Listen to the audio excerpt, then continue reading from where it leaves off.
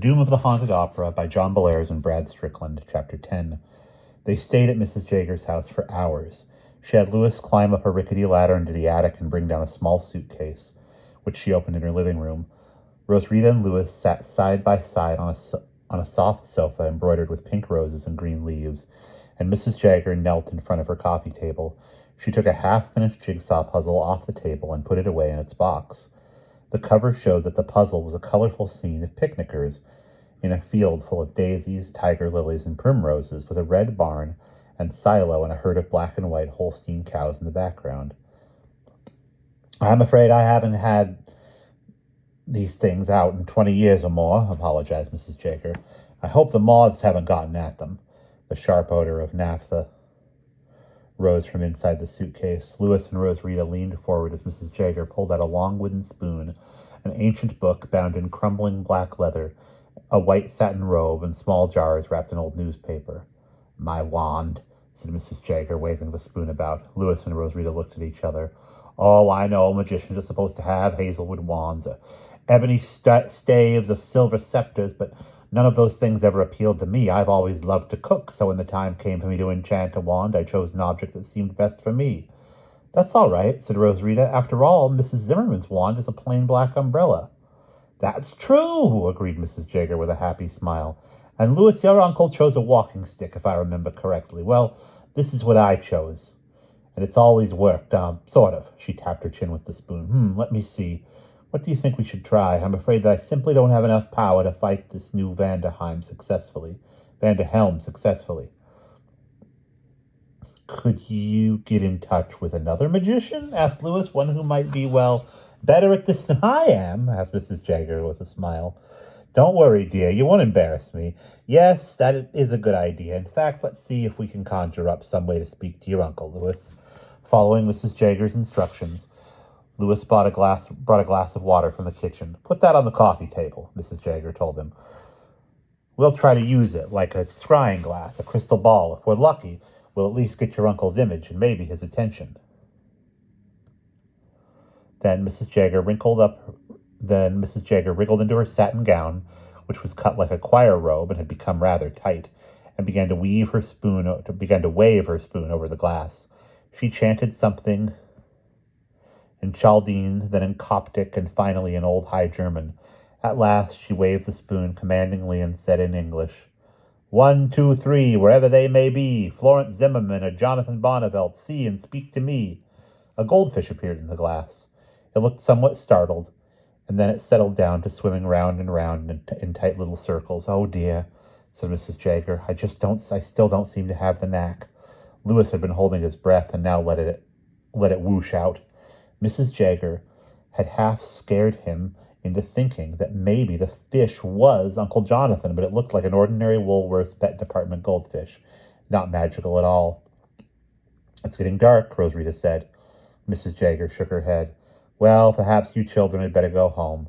I will think about this and try to figure out what went wrong. Maybe I left some words out, or maybe my pronunciation isn't quite right. I'll call you tomorrow if I can come up with anything. Do either of you have goldfish?" "No," said Rosrita and Louis together. Then I suppose I'll have to find a bowl for this one, and I'll need a good fishy name. Dear me, so much to think about." Mrs. Jager," asked Louis hesitantly, "will you be in any danger? I mean, Henry Vanderhelm has done something to all the other magicians in New Zebedee. Will he come after you now?" "Bless you, dear, I don't think so," replied Mrs. Jager. "My magic hardly disturbs the flow, you see, so he probably won't feel it. And whatever spell he worked to put the others out of commission must have been done all at once.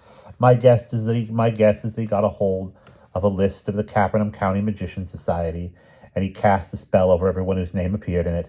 I think your uncle and Florence Zimmerman were probably out of range in Florida. Anyway, if he tried to add me to the list now, he'd probably find that something would go wrong. One of the hardest things in the world is to change a spell that has already started, so I believe I am safe. After all, I'm not much of a threat, am I?" Louis had to agree that she was not. He and Rosrita said goodbye, and they pedaled back to Mansion Street in the gathering dusk. Louis waited until Rosrita had gone inside, and then he started home, wishing that he had a bike light that worked. Clouds had gathered as the sun went down, and now it was getting dark fast. He was huffing and puffing up the hill when he heard something behind him. Fearfully, Lewis glanced back over his shoulder. He saw a light behind him, faint and indistinct. He swerved toward the curb, thinking that a car was closing in on him and wanted to pass. Then he heard a dismal wailing howl, so startling that he jerked the front wheel of his bike against the curb. Crash! The bike banged to the pavement, and Lewis went flying through the air, turning somersaults. He hardly had time to be scared. Thud! He hit the sidewalk, flat on his back, chuffing the breath out of him. With the concrete cold and hard beneath him, he lay there trying to breathe, but his lungs would not work. He felt a rising panic. Finally, after what seemed like an hour, he managed a wheezy gasp. The air rushed into his burning chest. He was dizzy and nauseated, but he tried to get up. Rolling to his stomach, he pushed himself up on his hands and knees. The light was closer now, but it was no car. Lewis squinted. A wavery, pale, white glow spread across the whole street. It was silently coming closer and closer. It seemed to bob up and down. What in the world could it be? He did not want to stay around to find out. He scrambled to his bike, pulled it upright, swung up onto the seat, and pushed himself off. The bike wobbled because he was trying to pedal it uphill, but it did not fall over. Lewis forced the pedals down, but he could not gain much speed. The wheels barely moved, and the glow caught up with him. A sickly wave of cold air washed over Lewis, making his teeth chatter. He blinked. He found himself in the middle of a row of human figures, gaunt and hollow-eyed and skeletal. They reached for him with long, bony fingers, and their bony jaws dropped open in yawning grins of welcome, and their bony legs trailed behind them, their feet not even touching the ground. He was in a cloud of ghosts. "Beware!" one of them breathed, its skull face inches away. The teeth snapped at Lewis, making him...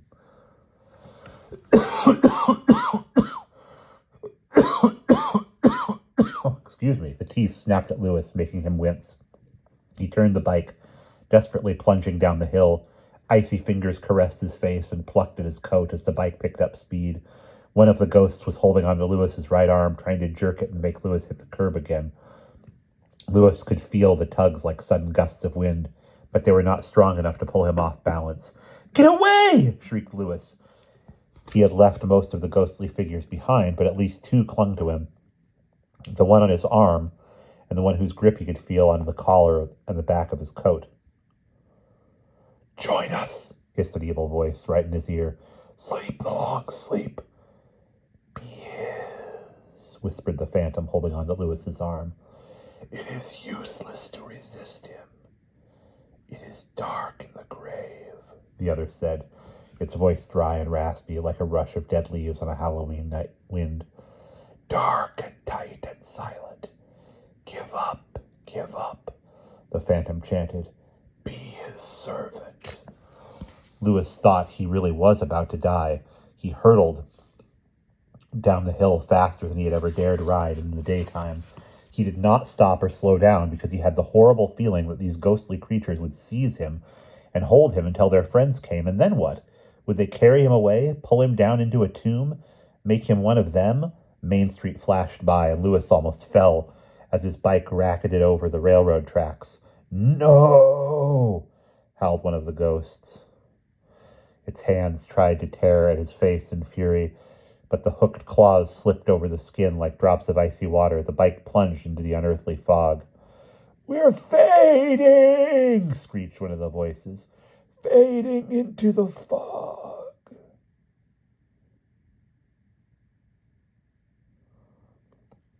Lewis was crying. He stopped his bike and stood on his right leg, his chest heaving and his heart hammering. He had lost the terrible creatures by blundering into the fog that surrounded the town. But had he also lost himself? He gathered his courage, dismounted from his bike, and rolled it forward. The fog clung to him with cold, clammy tendrils. Everything was a horrible gray-black, as if Lewis were floating in a vast nothingness. What if he could not find the way back? Would he be doomed to wander this foggy netherworld until he died? What if something awful like the ghostly living statue were stalking him in the murk? Then he saw a smear of red light ahead. He rolled his bike across the railroad tracks, and right ahead was a stoplight, uselessly changing from red to green. Lewis almost screamed with relief. The town slept. He saw no ghosts. Still, he took the long way home, frantically pedaling to the summit of High Street. He let his bike crash to the ground as soon as he was inside the wrought iron gate, and he ran, stumbling up the front steps. Louis charged through the front door and slammed it behind him. He stood with his back against the door, holding it shut, trying to keep out the ghosts. "Louis!" It was Mrs. Holtz. She came frowning into the foyer. "What on earth?" "He really is staying out too late," came a silky voice from behind her. "Hannah, I imagined his uncle would approve if you kept the boy inside." Louis almost passed out. The horrible Mr. Henry Vanderhelm was right here, inside his uncle's house. He came up behind Mrs. Holtz and stood smiling at Louis, but there was nothing friendly in that smile. "Yes," said Mrs. Holtz thoughtfully. "I believe you are right. Louis, I am sorry, but since you never seem to let me know where you are going, you will simply have to stay here in the house until your uncle returns home." "Oh, let's not be too hard," purred Vanderhelm. "Let's say that Louis will be permitted to see the performance. I think that is only fitting." "But Mr. Bonneville will be home by then," protested Mrs. Holtz. "Perhaps," said Vanderhelm. "Perhaps not. At any rate, I can promise our young friend that it will be something to see. Louis, my boy, I have no doubt you soon will be one of us. An opera lover. Forever." Louis could take the strain no longer. He did not scream. He did not even try to run. He fainted dead away. And that's the end of chapter 10.